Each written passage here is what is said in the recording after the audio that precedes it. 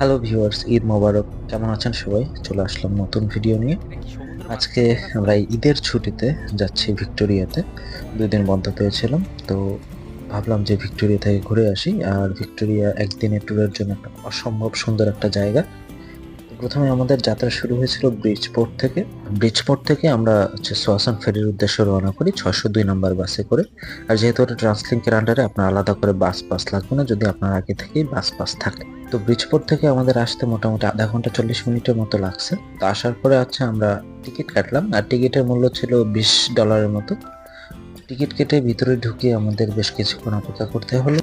আর অপেক্ষা করতে আমাদের মোটেও খারাপ লাগেনি, কারণ টার্মিনালের ভিতর এবং বাহিরের পরিবেশ বেশ সুন্দর ছিল। দেখতে দেখতেই কেটে গেছে। তো এরপরে যখন আমাদের এন্টার করার সময় আসলো, গিয়ে দেখলাম বিশাল লম্বা লাইন। যদিও তাতে কিছু যায় আসে না, কারণ ফেরিটা এত বড় যে এর থেকে ৩-৪ গুণ বড় লাইন হইলেও আমাদের কোনো সমস্যা ছিল না, অতটা ভিড় লাগতো না। তো যাই হোক, আমরা ফেরিতে ঢুকলাম। আর আপনাদেরকে বলে রাখি যে ভিক্টোরিয়া যাওয়ার পথে এই ফেরি জার্নিটাই হচ্ছে আলাদা একটা পার্ট। ভিক্টোরিয়া যেতে যেতে আমরা ফেরির জার্নিটা অসম্ভব রকমের এনজয় করেছি, কারণ ফেরির ভিতরের বাহিরের অসম্ভব রকম সুন্দর পরিবেশ। এবং কি বলবো, কি নাই এখানে। ফেরির ভিতরে ধরেন আপনার বসার জায়গাগুলো সেই সুন্দর। তার সাথে আছে আপনার শপিং মল আছে, আপনি চাইলে আপনার ঈদের কেনাকাটা সেরে ফেলতে পারেন। এবং সেই সাথে আছে বিশাল বড় ক্যাফেটেরিয়া, যেখান থেকে আপনি যা মন চায় তা খেতে পারেন। যদিও টাকা দিয়ে কিনে খেতে হবে। তবে হ্যাঁ, আমরা কিছু কিনে খাইনি এখানে থেকে, কারণ দামটা একটু বেশি। সে কারণে শুধুমাত্র আপনাদেরকে দেখানোর জন্য ভিডিও করা, কিন্তু দামটা দেখে আমাদের পছন্দ হয় নাই।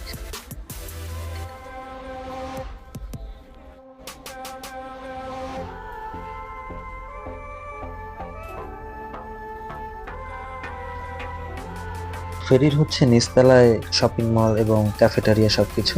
তো এটা আমাদের ঘোরার শেষে চলেন আমরা একটু উপরতলায় যাই। উপরতলায় গিয়ে দেখি একটা সাইলেন্ট রুম আছে, যেখানে আপনারা চাইলে অফিসিয়াল কোনো কাজ থাকলে সেরে নিতে পারেন, বা এমন কোনো গুরুত্বপূর্ণ কাজ যেখানে আপনার 100% কনসেন্ট্রেশন দিতে হবে, সেগুলো আপনি ওখানে বসে সারতে পারেন। তো এরপরে আমরা ফেরির পিছন সাইডে চলে আসলাম, একদম পিছনের দিকে।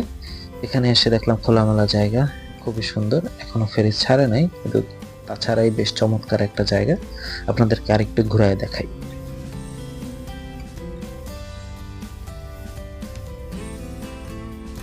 কিছুক্ষণ পরে আমাদের ফেরি ছাড়লো। তো এরপরে শুরু হলো ম্যারাথন সৌন্দর্য। আল্লাহ যে প্রকৃতি কত সুন্দর করে বানাইছে, আপনি নিজের চোখে না দেখলে বিশ্বাস করবেন না। এই যে পাহাড়গুলো দেখতেছেন, এর মাঝে ছোট ছোট বাড়ি আছে, কি সৌন্দর্য লাগতেছে। বিশ্বাস করেন, ক্যামেরায় ১০ ভাগের ১ ভাগও আসেনি। খালি চোখে এর থেকে আরো অনেক বেশি সুন্দর লাগতেছিল, থেকে আরো অনেক বেশি চমৎকার লাগতেছিল।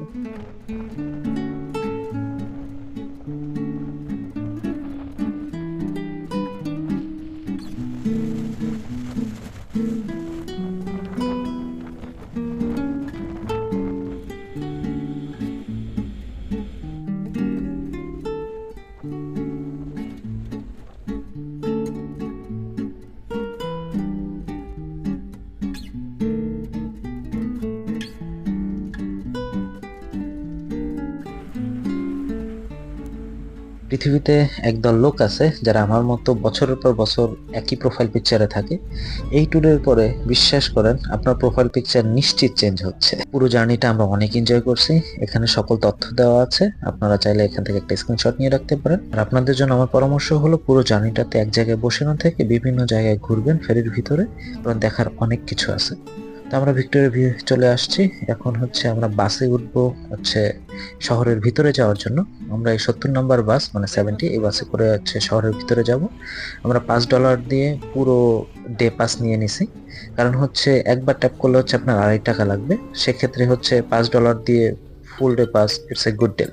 এবং সেই সাথে ফুল ডে পাসটা আপনি বাসের যে ড্রাইভার তার কাছ থেকে আপনারা পাবেন।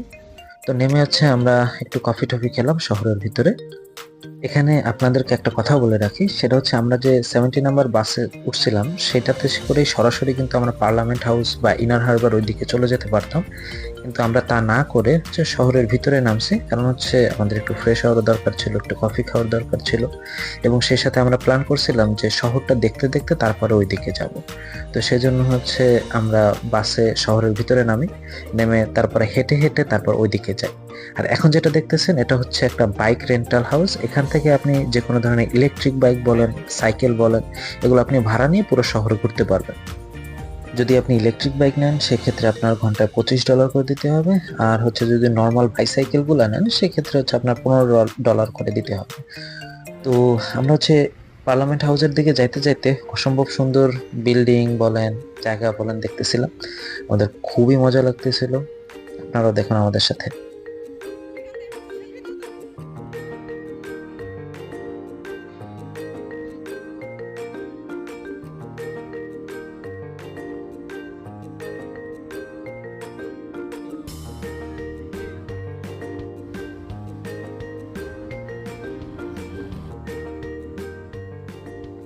আমরা ঘুরতে ঘুরতে পার্লামেন্ট হাউসে চলে আসছি।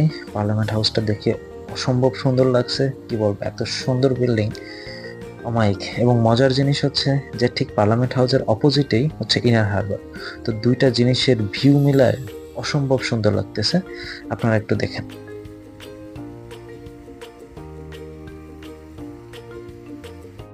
ভিউয়ার্স, একটা প্রয়োজনীয় তথ্য, সেটা হচ্ছে আপনারা তো জানেনই যে কানাডায় ওয়াশরুম নিয়ে একটি সমস্যা। তো সেজন্য হচ্ছে আপনাদের যদি কোনো ওয়াশরুম ব্যবহার করার প্রয়োজন হয়, এখন যে বিল্ডিংটা দেখতেছেন ঠিক ওই জায়গায় চলে যাবেন। আর এটা হচ্ছে ঠিক পার্লামেন্ট হাউসের অপোজিটে, জাস্ট 5 মিনিট থেকে 7 মিনিট হাঁটলেই আপনারা পেয়ে যাবেন। দুপুরের প্রায় শেষের দিকে আমাদের অনেক খিদা লাগছে, তো এখানে আমরা একটা হালাল রেস্টুরেন্ট পাইছি, ডোনিয়া ডিলাইট। তো এখানে আমরা চলে আসছি, এটা একটা অ্যারাবিক শর্মা হাউস টাইপ। তো এদের খাবারটা বেশ মজার, রিভিউ অনেক ভালো ছিল, তাই আমরা নিয়েছিলাম। খাবারটা বেশ মজার ছিল। আমাদের মোটামুটি $40 মতো খরচ ছিল এখানে। তো একে মোটামুটি হয়ে গেছে, আমাদের 2-3 জন যাচ্ছিলাম। তো খাওয়া দাওয়া শেষে আমরা শহর দেখতে আবার বেরিয়ে পড়লাম। এরপরে হচ্ছে খুব বেশি সময় ছিলাম না, আমরা মোটামুটি ঘন্টাখানেক সময় কাটানোর পরে আমরা হচ্ছে আবার বাসে চলে আসি। এই বাসে করে হচ্ছে আবার ফেরিতে যাব এবং ফেরি থেকে হচ্ছে ভ্যানকুভার। তো আজকে এই পর্যন্তই। ভিডিও ভালো লাগলে লাইক, শেয়ার এন্ড সাবস্ক্রাইব। আর বিটিসি টকিজের পরবর্তী ভিডিওতে দেখা হচ্ছে। আল্লাহ হাফেজ।